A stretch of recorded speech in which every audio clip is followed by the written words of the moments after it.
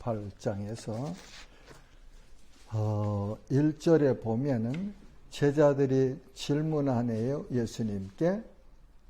질문 내용이 누가 크냐 하는 거예요. 그죠? 그래서 천국에 가서까지도 관심이 있는 거예요. 천국에서는 누가 제일 큽니까? 천국에 가면. 그러니까 예수님께서 이제 교훈을 주시죠. 2절에 보니까 예수께서 한 아이를 불러 그들 가운데 세우시고 이르시되 진실로 너희에게 이르노니 너희가 돌이켜 어린아이들과 같이 되지 아니하면 결단코 천국에 들어가지 못하리라. 제자들은 천국에서 큰 자를 질문했는데 예수님은 천국에 들어갈 자를 먼저 말씀하시네요. 그렇죠? 누가 크고 작고 그건 문제가 아니고 어떤 사람이 천국에 들어가느냐 하면서 어린아이를 이렇게 모델로 세워놓으시고 이런 어린아이와 같이 아니면 천국에 못 들어간다. 그러면 어린아이들은 다 천국에 들어갑니까? 그건 아니잖아요. 그건 아니에요. 갓 태어났어도 예수 그리스도를 믿지 아니하면은 천국 들어갈 수 없다고 해석할 수 있어요. 그러면 그 어린 아이들은 그 일찍 죽는 거는 그러면 어떻게 해석해야 되느냐? 어린 아이들도 하나님의 생명으로 주신 생명으로 잉태돼서 생명이 있는 시간부터 나는 영혼이 있다고 믿습니다. 태중에서 복음을 들을 수도 있고 태어나서 복음을 들을 수도 있고 하나님께서 구원하기로 작정된 생명은 누구를 통해서든지 복음을 들을 거예요. 듣고 그 아기들은 물론 우리처럼 이렇게 스스로 선택하는 의지는 없겠죠. 그러나 하나님께서 어떻게 하시는지 그거는 잘 모르겠습니다. 성경에서 안 가르쳐 주시니까. 그러나 예수 그리스도를 주님으로 믿고 죄 용서 받지 아니한 자는 천국에 들어가지 못한다는 사실을 나는 성경을 통해서 확실하게 정의해요. 그러면 이 어린아이들을 이렇게 모델로 예수님이 데려다가 이 어린아이들과 같이 아니하면 천국에 들어가지 못하리라. 이 말씀은 우리가 어떻게 해석해야 됩니까? 어린아이들은 단순하죠. 그렇죠? 단순해요. 단순합니다. 계산 그렇게 많이 안 하죠. 단순해요. 그리고 순진하다고 할까? 자기가 믿는 거 있으면 내가 늘 말하지만 믿는 거 있으면 그냥 만족하고 그래요. 그리고 그 믿는 사람의 말을 찰떡같이 믿어요. 찰떡같이. 그게 어린아이들의 특징 아닐까 싶습니다. 겸손하고 자기가 믿는 사람들은 그 모든 걸 다 걸고 그냥 계산 없이 믿지요. 그리고 그 자기가 믿는 사람의 말을 그냥 다 따라가요. 그게 어린아이들이 특징이다 나는 생각해요. 그래서 여기서 예수님께서 가르쳐 주시고 싶은 그 핵심은 우리가 다른 성경에서 구원받는 진리를 적용해서 해석해야만 될 거예요. 그 다음에 4절 보면 그러므로 누구든지 이 어린아이와 같이 자기를 낮추는 사람이 천국에서 큰 자니라. 제자들은 천국에서 누가 큰 자입니까? 했는데 예수님은 먼저 천국에 들어갈 수 있는 자격 기준을 가르쳐 주시고 그 다음에는 이 천국에서 큰 자의 답을 하시네요. 자기를 낮추는 사람이 천국에서 큰 자니라. 겸손해야 된다는 이야기겠죠? 겸손해야 된다. 5절은 또 누구든지 내 이름으로 이런 어린아이 하나를 영접하면 곧 나를 영접하매니. 여기서 2절과 3절의 말씀에 키를 얻을 수 있을 것 같아요. 이런 어린 아이를 하나를 영접하면 곧 나를 영접함이니라. 6절은 누구든지 나를 믿는 이 작은 장 중 하나를 실족하게 하면 차라리 연자 맷돌이 그 목에 달려서 깊은 바다에 빠뜨려지는 것이 나으니라.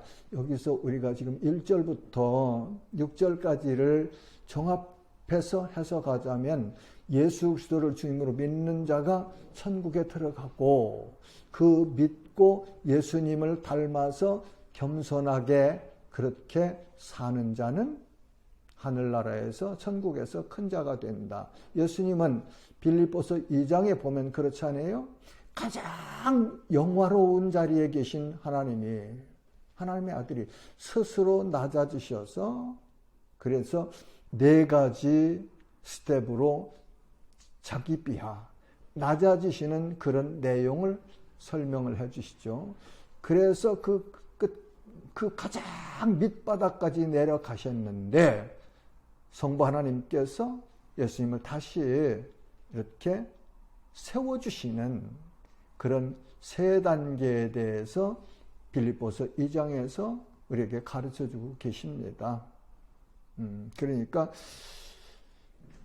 이 말씀을 통해서 우리는 예수 그리스도를 주님으로 믿는 자가 천국 백성이 되는 것이고 그 천국 백성들의 삶의 원리는 세상과는 반대죠. 그렇죠? 세상에는 자기 PR을 해야 된다고 그러지 않아요?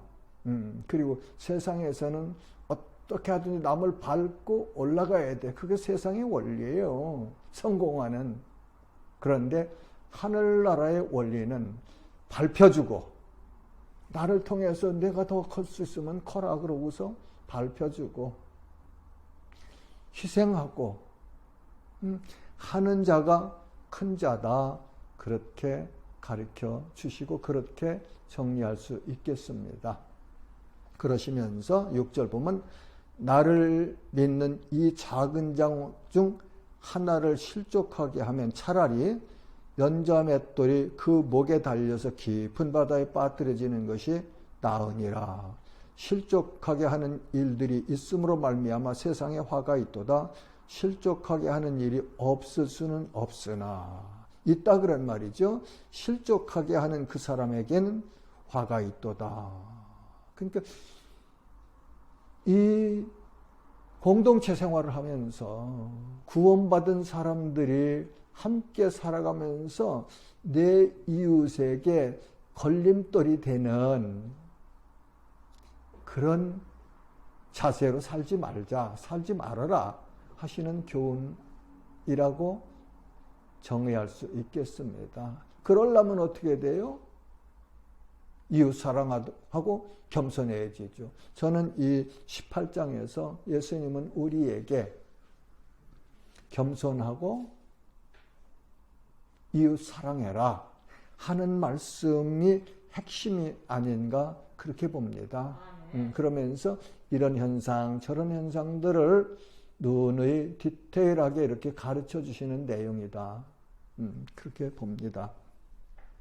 자, 8절에 보면 만일 내 손이나 내 발이 너를 범죄하게 하거든 찍어내버리라. 장애인이나 다리 저는 자로 영생에 들어가는 것이 두 손과 두 발을 가지고 영원한 불에 던져지는 것보다 나으니라. 여기서 내 손이나 내 발이 너를 하게 하거든 이 말씀을 그 위에 실족하게 하는 그 일하고 연결해서 해석하면 좋을 것 같아요. 좋을 것 같아요. 그러면 여기서 영생과 영원한 불 두 단어를 우리가 잘 깊이 묵상해야 돼요. 영생은 하나님 나라예요. 하나님의 생명이에요. 그죠? 하나님의 생명, 하나님의 생명. 그리고 영원한 불은 지옥불이에요. 꺼지지 않는. 왜? 그 밑에 이제 9절에서 또 이제 우리가 볼 수 있는데, 그래서 이 사후 세계는 영생과 영원한 불 두 군데가 있다. 성경은 그렇게 말씀하시고 난 그렇게 정리합니다. 중간지대는 없어요. 그래서 우리가 늘 나는 어디에 갈 수 있는 사람인가? 나는 지금 어디로 가고 있는 사람인가? 이거를 분명하게 깨달아야 돼요. 그래서 영원한 불에 가고 있다면 돌아서면 되니까, 돌이키면 되니까, 방향을 바꾸면 되니까. 그렇지 않아요? 근데 그쪽으로 가면서 그걸 모르면서 나는 거기 갈 리가 없지. 내가 어쩌고 아니에요. 이 serious, 아주 심각한 주제입니다. 근데 이걸 먼저 깨달아야 내가 어디로 가야 될지를 선택할 수 있고, 그렇지 않겠습니까? 그 다음에는 9절 보면 만일 내 눈이 너를 범죄하게 하거든 빼어내버리라. 한 눈으로 영생에 들어가는 것이 두 눈을 가지고 지옥불에 던져지는 것보다 나으냐. 손발, 그 다음에 눈, 이거 가지고 내 이웃 형제 실족하게 하지 말아라. 그런 말씀 아니겠습니까? 실족하게 안아야 되는데 안을 수 없다.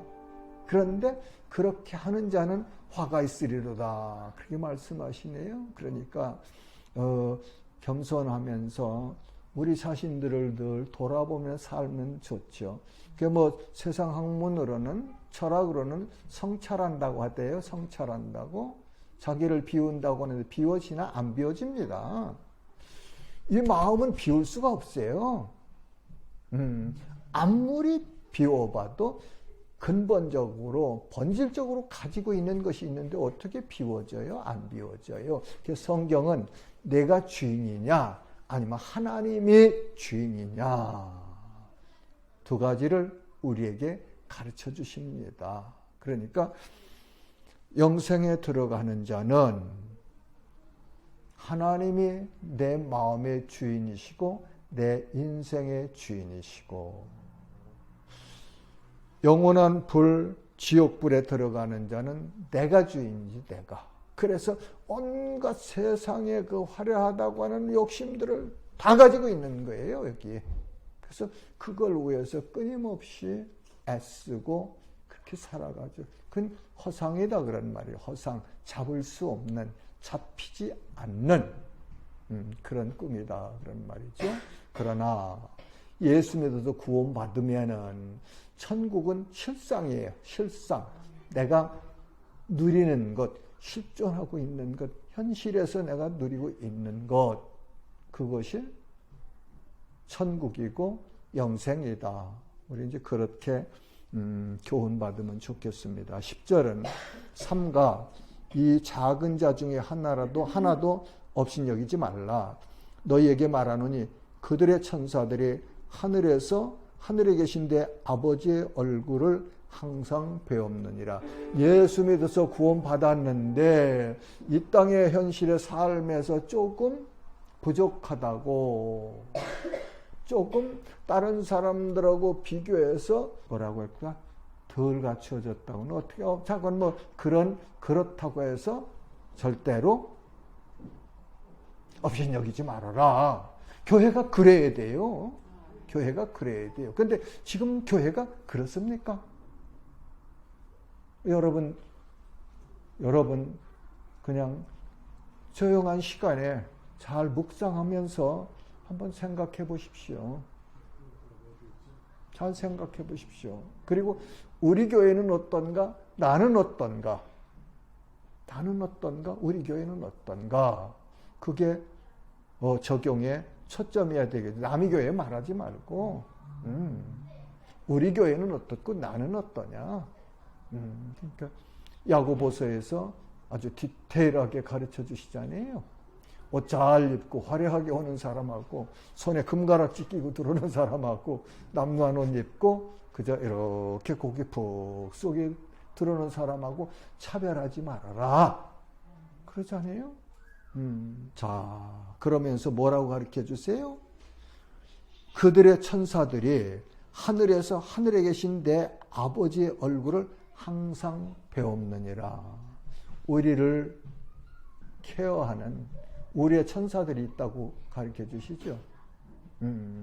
천사들이 다 우리 한 사람 한 사람을 그렇게 보호하고 있다고 가르쳐 주십니다. 그러면서 그 천사들이 하나님 아버지 앞에서 늘 하나님을 배웁고 있다고 그러시잖아요. 그러니까 히브리서에 보면은 이 천사들은 복음서에도 그렇고 이 다음에 우리가 부릴 하나님의 종들이래요. 근데 우리는 천사 숭배 사상을 가지고 이 땅에 살잖아요. 그건 잘못된 거예요. 천사는 하나님께서 우리를 섬기라고 만드신 종이고 우리는 예수 믿어 구원받은 자들은 하나님의 아들, 딸이다. 그렇게 성경은 가르치고 계세요. 그러니까 천사 숭배하는 거 이거 잘못된 겁니다. 그리고 12절은 너의 생각은 어떠하냐? 만일 어떤 사람이 양 100마리가 있는데 그 중에 하나가 길을 잃었으면 그 99마리를 산에 두고 가서 길 잃은 양을 찾지 않겠느냐? 진실로 너희에게 이르노니 만일 찾으면 길을 잃지 아니한 99마리보다 이것을 더 기뻐하리라. 이와 같이 이 작은 자 중에 하나라도 잃는 것은 하늘에 계신 너희 아버지의 뜻이 아니니라. 양 100마리가 있는데 99마리는 그냥 집에 있고 한 마리는 길을 잃었다네요. 근데 그 목자는 양의 주인은 집에 있는 99마리보다 잃어버린 한 양에게 더 관심이 있다. 더 불쌍히 여기고 계시다. 이 말씀을 우리가 이해한다면 왜 전도해야 되는지, 내가 왜 전도해야 되는지에 분명한 답을 가지고 전도할 수 있는 거죠. 하나님은 우리도 사랑하시고 우리도 사랑하시고 그렇게 존귀하게 여기시지만 우리 밖에 있는 영혼들, 하나님께서 구원하시기로 작정하신 자들이 아직 우리 안에 들어오지 못한 영혼들이 있죠. 그죠? 그 영혼까지도 그렇게 사랑하시는 하나님이시다 하는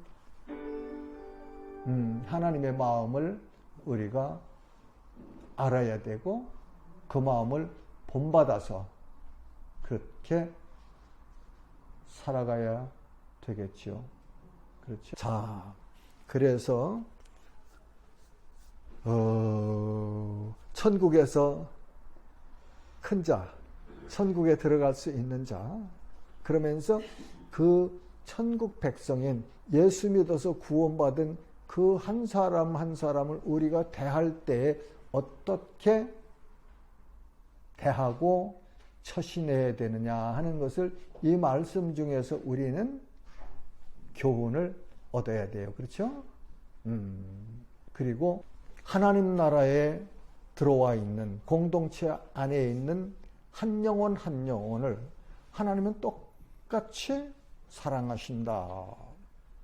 그러니까 세상에 가지고 있는 것 가지고 차별하지 말아야 됩니다. 예, 차별하지 말아야 돼요. 자, 15절부터는 이제 용서에 대해서 그렇게 쭉 말씀하세요. 15절부터 35절까지가 용서에 대한 그런 말씀인데 핵심을 정리하자면 그래요. 예수 믿어서 구원받은 너는 하나님으로부터 1만 달란트나 되는 빚을 탕감받은 자다. 탕감받은 1만 달란트, 한 달란트는요. 뭐 좀 이렇게 찾아보니까 한국 돈으로 약 14억 5천만 원이나 된다네. 한 달란트가. 근데 1만 달란트는 얼마입니까? 나는 잘 숫자가 피겨링이 안 돼요. 그런 엄청난 은혜를 받은 사람들이다. 누가? 예수 믿어서 구원받은 사람들이. 그렇게 많은 허물과 죄가 있었지만 하나님께서 그걸 다 용서해 준 사람들이 너다. 너다. 구원받은 너다. 성도 너다. 그걸 가르쳐 주시고 계세요. 그런데 한 데나리온은 얼마냐? 가치가 노동자가 하루에 일하고 받을 수 있는 일당이랍니다. 이제 저 이렇게 쭉 보면은, 성경에서 보면은, 그 뭐 요즘 얼마예요? 한 10만원, 20만원 되겠죠. 그죠? 그렇게 일반 달란트의 빚을 탕감받은 내가 한 달란트 나한테 빚진 자에게 대하는 태도가 내가 하나님으로부터 받은 그 사랑을, 용서함을 기억하고 내 공동체에 있는 이웃이 내게 잘못하는 거 있으면 용서해라. 아직 몰라서 그렇지. 아직 깨닫지 못해서 그렇지. 그렇게 하고 용서해라. 이제 그런 말씀으로 우리가 이 내용을 정리해서 종합해서 결론 지으면 될 거예요. 김 장로님, 14억 5천이 1만 번이면 얼마나 된대요? 14조 5천원입니다. 14조 5천? 곱하기 만하면 140조. 10억. 경으로 나가는 거 아닙니까? 10억, 100억, 1000억, 조, 14조 14조 5천억. 그렇게 엄청난 빚을 하나님이 탕감해 주셨다고요? 그렇죠? 탕감 받은 거예요. 빚은 내가 졌어요. 내가 빚진 자예요. 빚진 자. 근데 하나님께서 불쌍히 여기셔서 그 빚을 다 탕감해 주세요. 탕감 받은 자들이 우리가 다. 그런데 나한테 조금 뭐 잘못해서 그 20만 원 빚진 사람한테 빚 안 갚는다고 말이죠. 어떻게 했어요? 내용에 보면 잘못했죠. 그렇죠? 그러면 안 된다. 결론은 그 말씀입니다. 그러면 안 된다. 그렇게 하지 말아라. 그런 말씀이죠. 자, 15절은 내 형제가 죄를 범하거든 가서 너와 그 사람과만 상대하여 권고하라. 만일 들으면 내가 내 형제를 얻은 것이요 만일 듣지 않거든 한두 사람을 데리고 가서 두세 증인의 입으로 말마다 확증하게 하라. 만일 그의 말도 듣지 않거든 교회에 말하고 교회의 말도 듣지 않거든 이방인과 세리와 같이 여기라. 그러시네요. 그러니까 형제가 죄를 범하면은 그 형제를 어떻게 돌아서게 할까? 그 방법을 가르쳐 주시죠. 조용하게 그냥 떠들지 말고 동네방네 나팔 불지 말고 그냥 조용하게 가서 권고해라. 그래서 안 들으면 또 한 사람 데리고 와서 같이 가서 해라. 그리고 안 들으면 교회에 공예에 얘기해서 공예가 이 주의를 주어도 안 돌이키면 그냥 이방인처럼 취급해라.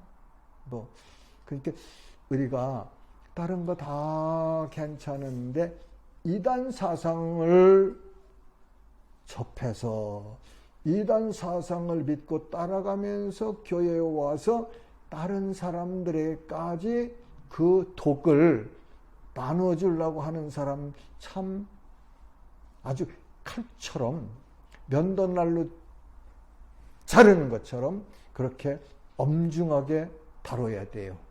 교회에 그렇게 이단 사상이 들어오면은 교회가 깨집니다. 그러니까 그런 때에 이 말씀을, 이 원리를 적용하면 참 좋겠죠. 자, 그 다음에 18절로 보면 진실로 너희에게 이르노니 무엇이든지 너희가 땅에서 매면 하늘에서 매일 것이요 무엇이든지 땅에서 풀면 하늘에서도 풀리리라. 이 말씀을 지상 교회를 가지고 해석을 하면은 교회가 하늘나라의 모든 것을 이거 뭐 열고 닫는 권세가 있다 이렇게 해석하면 참 큰일 날 것 같아요. 중세교회가 그랬거든요. 그러니까 그렇게 해석하기는 무리가 있어요. 그래서 내가 지난번에도 이 말씀은 참 내가 아직 깨달음이 부족해서 여러분에게 말하기가 어렵습니다 했는데요. 그러면 여기서 나는 이 18절을 너희가 땅에서 매면 하늘에서도 매일 것이 무엇이든 땅에서 풀면 하늘에서도 풀리리라. 주님의 권세가 하나님의 은혜가 풀어주셔야 결국 하늘과 땅에서 일치하게 풀릴 수 있다고 나는 아직 눈이 어두워서 깨달음이 부족해서 그렇게 그냥 교훈할 수밖에 없습니다. 만약에 이것을 교회에게 이렇게 적용해서 하면은 교회가 큰 엄청난 실수를 저지를 수밖에 없다고 나는 생각해요. 그 역사적으로 그렇게 해석한 분들도 있어요. 근데 그걸 다 고지고대로 받아들여야 되느냐? 나는 그렇게 생각은 안 해요. 자, 19절. 진실로 다시 너희에게 이르노니 너희 중에 두 사람의 땅에서 합심하여 무엇이든지 구하면 하늘에 계신데 아버지께서 그들을 위하여 이루게 하시리라. 두세 사람이 내 이름으로 모인 곳에는 나도 그들 중에 있느니라. 아멘. 두 사람이 합심하여 무엇이든지 구하면, 그렇죠? 하늘에 계신데 아버지께서 그들을 위하여 이루게 하시리라. 18절의 의미를 19절하고 20절에서 우리 해석하면 안 될까요? 답을 얻으면 안 될까요? 그렇게 하면 좋을 것 같아요. 그렇죠? 그래서 어려운 일 있으면은 정죄하지 말고 판단하지 말고 합심해서 하나님 앞에 가지고 나와서 기도해라. 그러면 하나님께서 들어서 응답해 주시고 이루어 주실 것이고, 그리고 그게 하늘에서 풀리는 거 아닙니까? 예. 우리가 뭐 하늘에서 하나님의 모든 권리를 가지고 계신데 그걸 우리가 어떻게 풀고 닫고 해요. 그런 일이 있을 때는 그 문제 가지고 나와서 함께 그 사람과 함께 하나님 앞에 합심해서 기도해라. 그러면 그들 중에 두세 사람이 모인 곳에 나도 있느니라. 그렇게 결국은 하나님의 성령께서 하나님의 역사하심으로 우리 가지고 있는 문제들을 해결할 수 있다. 그렇게 해석하면 좋겠습니다. 1절에 그때에 베드로가 나와 이르되 주여 형제가 내게 죄를 범하면 몇 번이나 용서하여 주리까? 7번까지 하오리까? 그렇게 질문을 하네요. 용서에 대해서. 그러니까 예수님께서 뭐라고 말씀하시느냐면 내게 이르노니 7번뿐만 아니라 7번을 70번까지라도 할지니라. 루터 교회에는 이런 말씀을 그림이나 이런 거로 잘 이렇게 표현해서 이렇게 성도들을 교훈하는, 가르치는 그런 전통이 있어요. 그래서 내가 전에 미국에서 처음 이렇게 다니던 교회는 루터 교회 건물이었어요. 그래서 건물 빌려서 오후에 예배를 드렸는데 거기 보면 7 times 70, 7 곱하기 70 이렇게 해서 예수님께서 가르쳐 주신 그 용서의 교훈을 우리에게 상기시켜주고 있었는 걸 기억해요. 이렇게 베드로는 7번 용서해 주니까 큰 맘 먹고 아마 7을 잡았을 거예요. 그렇죠? 근데 예수님 아니야. 7번을 70번까지도 용서해라. 하나님이 우리에게 용서해 주시는 그 하나님의 마음 아닐까요? 7은 완전 숫자라고 하잖아요. 완전 숫자. 넷은 땅의 숫자고 셋은 하늘의 숫자다. 그래서 성경 숫자를 해석할 때 7을 완전 숫자라고 그래요. 근데 7번 베드로는 이야기했는데 예수님 아니야. 7번을 70번이라도 용서해라. 그렇게 가르쳐 주시네요.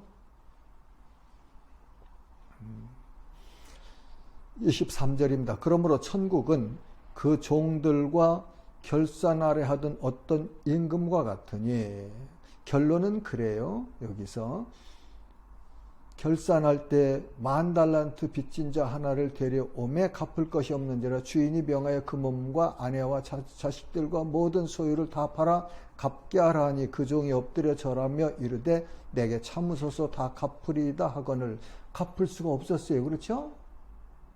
그런데 갚겠습니다. 근데 기다려 주세요. 나를 불쌍히 여겨 주십시오 하는 그런 의미 아니겠습니까? 예, 갚는 것이 마땅합니다. 내가 그렇게 빚을 졌는데 갚는 것이 마땅합니다. 그러나 지금 갚을 능력이 없으니 나 자식들하고 살아야 되지 않습니까? 불쌍히 여겨 주십시오. 그런 간청을 하는 거죠. 그러니까 뭐라고 하세요? 그 종의 주인이 불쌍히 여겨 놓아 보내며 그 빚을 탕감하여 주었더니, 주인이 10,000달란트 빚진 사람을 불쌍히 여겨서 놓아 보내며 그 빚을 탕감하여 주었더니, 하나님께서 우리를 구원하신 그 구속의 은총은, 대속의 은총은 이 비유와 같지 않을까, 그런 생각을 나는 이 말씀 속에서 유추해냅니다. 불쌍히 여겼잖아요, 주인이. 하나님 우리를 불쌍히 여기셨어요. 내가 잘났거나 뭐 한 거 하나도 없어요. 나는 내가 잘났다고 했어요. 나는 죄가 없다고 했어요. 뻔뻔스럽게. 왜? 모르니까. 안 보이니까. 눈이 어두워서, 눈이 멀어서 못 보니까. 그런데 하나님의 신령한 빛이 임하시니까, 성령이 임하시니까, 진리가 임하시니까 내가 죄인이란 사실을 깨닫고 인정하고, 하나님 나는 죄인입니다. 나 용서해 주세요.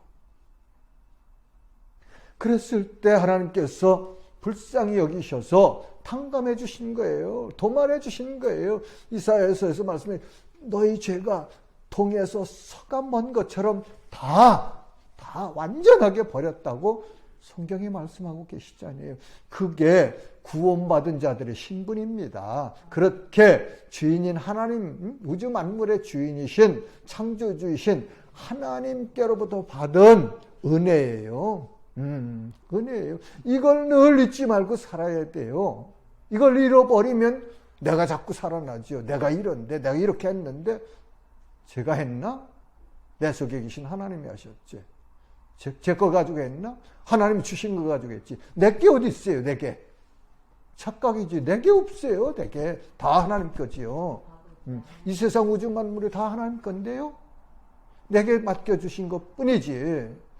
내 거 아니에요. 주인은 따로 이렇게 했어요. 나는 관리자. 그래서 청지기의 논이 거기서 나오죠.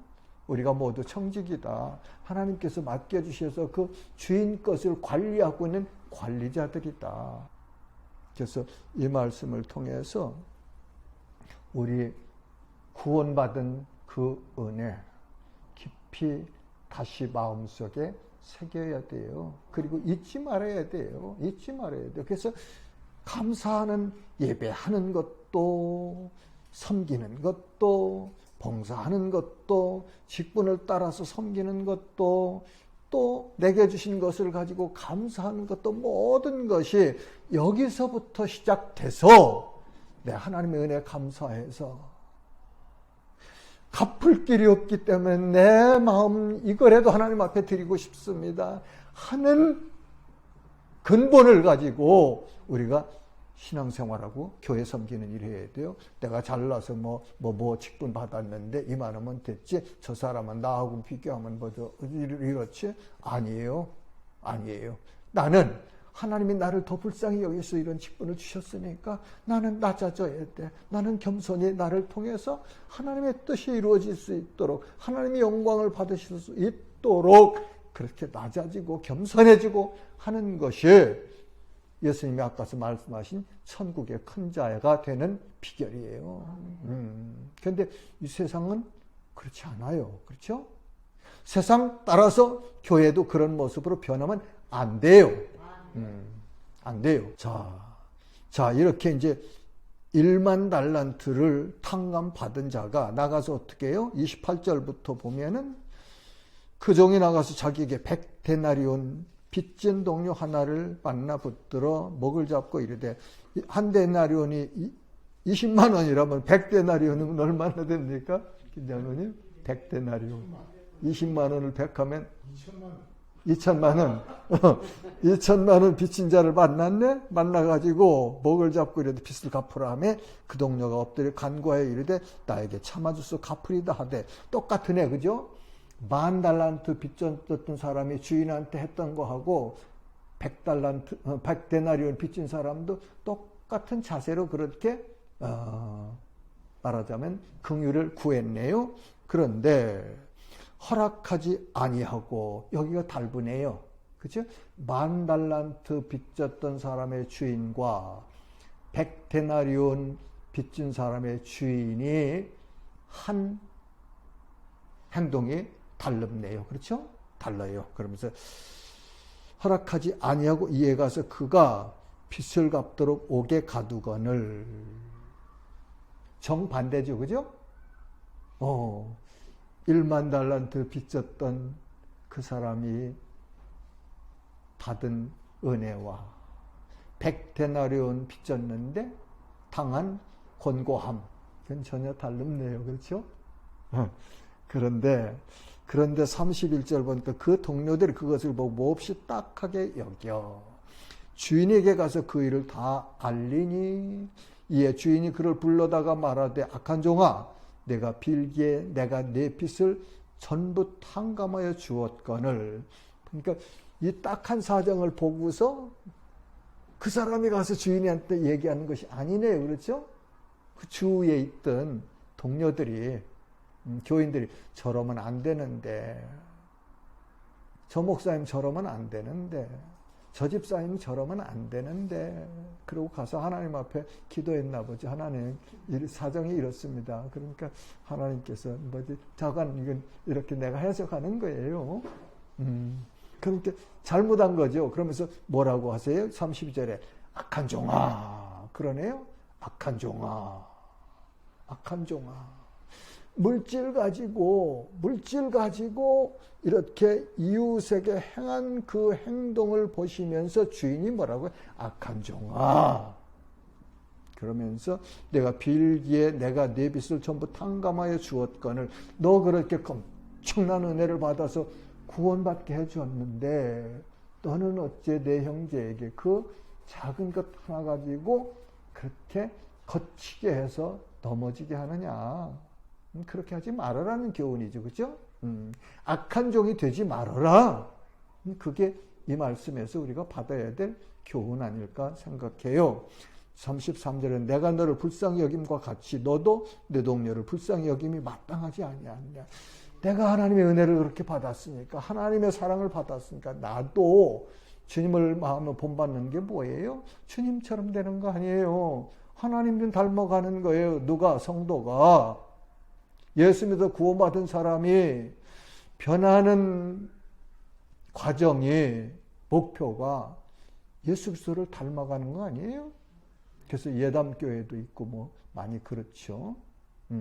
빌립보서 2장에서 말씀하시는 내용이죠. 바울이 그래서 내가 예수 그리스도를 닮아가는 것처럼 너희도 나를 본받아라 그러죠. 너희도 나를 본받아라. 내가 예수 그리스도를 닮아가는 그것처럼 너희도 그렇게 예수 그리스도를 닮아가는 그런 삶을 살아라. 그런 말씀입니다. 자, 주인이 노하여 그 빚을 다 갚도록 그를 옥졸들에게 넘기니라. 엄청나네요. 그렇죠? 우리 가운데는 그런 사람 없을 거예요. 우리 그냥 그래서 내가 깨닫는 건 그래요. 그냥 우리 마음에 70% 정도만 차면은 그거는 항상 기뻐할 조건이다. 100% 다 차면은 이 100데나리온 빌려줬던 사람, 그런 사람처럼 될 수 있어요. 근데 70%만 참여는 그저 나 부족해요. 그러면서 겸손하게 살 수 있는 거 아니겠습니까? 그러니까 잘 들어보세요. 교회 건물 수십억 들여서 잘 번쩍번쩍 빛나게 해놓고 나는 이 교회 교인이야, 나는 이 교회 장로야, 나는 이 교회 목사야 하고서 세상에서 어깨 뻑적뻑적 한다면 이런 말씀 한번 깊이 자기에게 적용해야 된다고 생각해요. 그러니까 여러분, 아까 그랬잖아요. 우리에 든 99마리보다 우리 밖에 길 잃어버린 한 마리를 주인은 더 애타게 찾는다고. 이 땅에 있는 교회는 다 하나님의 교회예요. 그렇죠? 저 누굽니까? 로버트 슐러 목사님이 건축했던 그 크리스탈 처치도 하나님의 교회고, 저 중국 땅에서 지금 어쩌면 북한일 거예요. 그 아무도 안 보이는 데서 하나님을 바라보면서 신음하고 고통하고 하나님과 교통하는 그 교회. 그러니까 물리적으로 우리처럼 이렇게 뭐 또 공간을 가지고 어떤 뭐 형식을 가지고 만나는 것이 아니고, 단 한 사람이라도 그렇게 하나님을 바라보면서 살아가는 그 성도가 있는 곳, 하나님은 똑같이 귀히 여기시고, 어쩌면 그렇게 혼자서 하늘 바라보면서 입을 열어서 말할 수도 없고 찬양하지 못하는 그 한 성도에게 더 관심을 가지고 계신지는 몰라요. 그래서 우리 이성우 집사님은 거기 도문에서 이렇게 태어나시고 자라셨고 신앙생활 하셨고 하시면서 이 북조선 그 강남에 있는 사람들하고 많이 교류도 있으시고 뭐 잘 아시잖아요. 그래서 우리가 북한 선교를 하게 된다면 바로 이 집사님 같으신 분들이 할 일이 많지 않을까 생각돼요. 그러니까 그런 의미에서라도 우리 하나 돼서 이렇게 열심히 해봅시다. 그러면 반드시 하나님께서 선한 도구로 우리를 사용하시고 우리 교회를 사용하실 거예요. 그러니까 교회 건물 좋다고 우리는 보증금 얼마에 월세 얼마 내는데 교인 수도 얼마 안 되고, 그래서 비교하면서 주눅들지 마세요. 하나님의 교회예요. 수천만 모이는 교회 목사와 30명 모여서 예배를 인도하고 하는 우리 최 목사님이나 하나님 앞에서는 똑같은 지위예요. 수평입니다. 수평. 그러니까 여러분들도 여러분들의 목사를 그런 의미에서 대해야 되고, 목사도 그런 뜻을 가지고 당당하게 하나님 말씀 바르게 전하셔야죠. 책망할 일 있으면 책망해야 돼요. 책망해야 될 일은 이렇게 그냥 뒤로 이렇게 하고 듣기 좋은 말만 이렇게 하면은 안 돼요. 선지자들이 그렇게 안 했어요.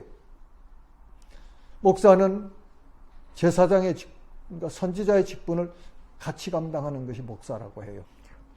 35절이면 너희가 각각 마음으로부터 형제를 용서하지 아니하면 나의 하늘 아버지께서도 너희에게 이와 같이 하시리라. 용서에 대한 교훈을 말씀하시면서 마음으로 용서해야 된다. 그렇게 가르치시죠. 그래서 하나님은 외적인 것을 보시는 분이 아니고 우리 마음 중심이거든요.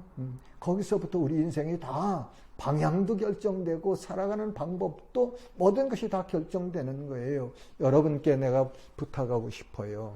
코로나 시대라고 우리 어려운 시절 지났어요. 이제 다시 회복해야 돼요. 삶이 바빠요. 나 가서 돈 벌어야 돼요. 살아야 돼. 그래서 돈 많이 벌고 싶은 게 내 인생의 욕심이에요. 그러나 하나님의 교회 예배, 여기다가 우리가 마음을 두고 살자고요. 남들이 어떻게 하든지 나는 그렇게 안 살고 싶다는 마음을 이 시간 우리 마음속에다 심어요. 나는 잘하는 거 하나도 없는 사람이에요. 하나님 앞에. 그런데 나 사업하면서 교회 섬길 때 그랬어요. 우리 아버지가 주일날 내가 예배드리는 시간에 LA 공항에 도착하셨다면 나는 우리 아버지 맞으러 안 나간다고 했어요. 왜? 그 시간에 오시지 말아야 되고, 두 번째로는 나는 예배를 지켜야 되고 섬겨야 되지. 우리 아버지는 기다리시면 되지. 대단히 불효한 사람이죠. 어떤 사람은 저런 게 목사인가 할 수도 있을 거예요. 그러나 그건 내가 하나님 앞에 드리는 마음이었어요.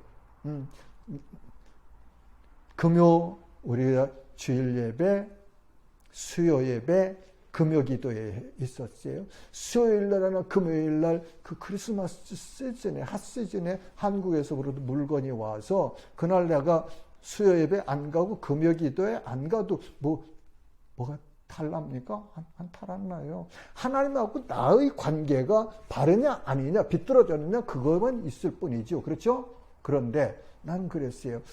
아무리 오늘 전에 지금 물건을 받아가지고 내일 팔아서 몇만 불이 벌린다고 해도 안 돼요. 내일 딜리버리 해주세요. 왜? 나는 오늘 수요 예배 가서 하나님 예배해야 되고 금요 기도에 가서 내가 기도해야 되는 사람이니까 수만 불 버는 것보다는 이 일이 내게 더 중요한 일이기 때문에 나는 이렇게 해야 됩니다고 살았던 것 같아요. 잘했다는 얘기 아니에요. 우리 모두의 마음속에 이 마음을 가지고 살자고요. 이 마음을 가지고 살아요. 그러면 하나님께서 아십니다. 아까 하고 얘기하면서 돈 누가 벌어줍니까? 내 이웃이 벌어줘요. 내 단골이 벌어줘요.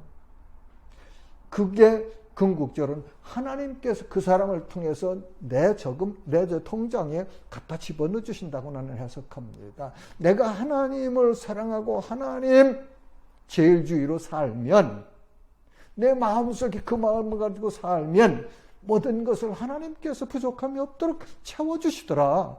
나는 내 말씀을 통해서 연구한 내 정의고 내 믿음이고 내 삶의 일부분 간증일 수도 있어요. 여러분, 이제 새롭게 한번 변해봅시다. 그래서 내가 변하면 교회가 변해요. 내가 변하면. 누가? 한 사람이 변하면 그 불이 전염병처럼 이렇게 번져나가는 거예요. 그래서 우리 금요기도회 이렇게 공식적으로 안 해도 돼요. 우리 금요일날 모여서 기도합니다. 각자가 가지고 나온 기도 제목 가지고 와서 기도합시다. 해서 와서 기도하면서 은혜 받으면 모이지. 소문나면 또 다른 사람들도 오지.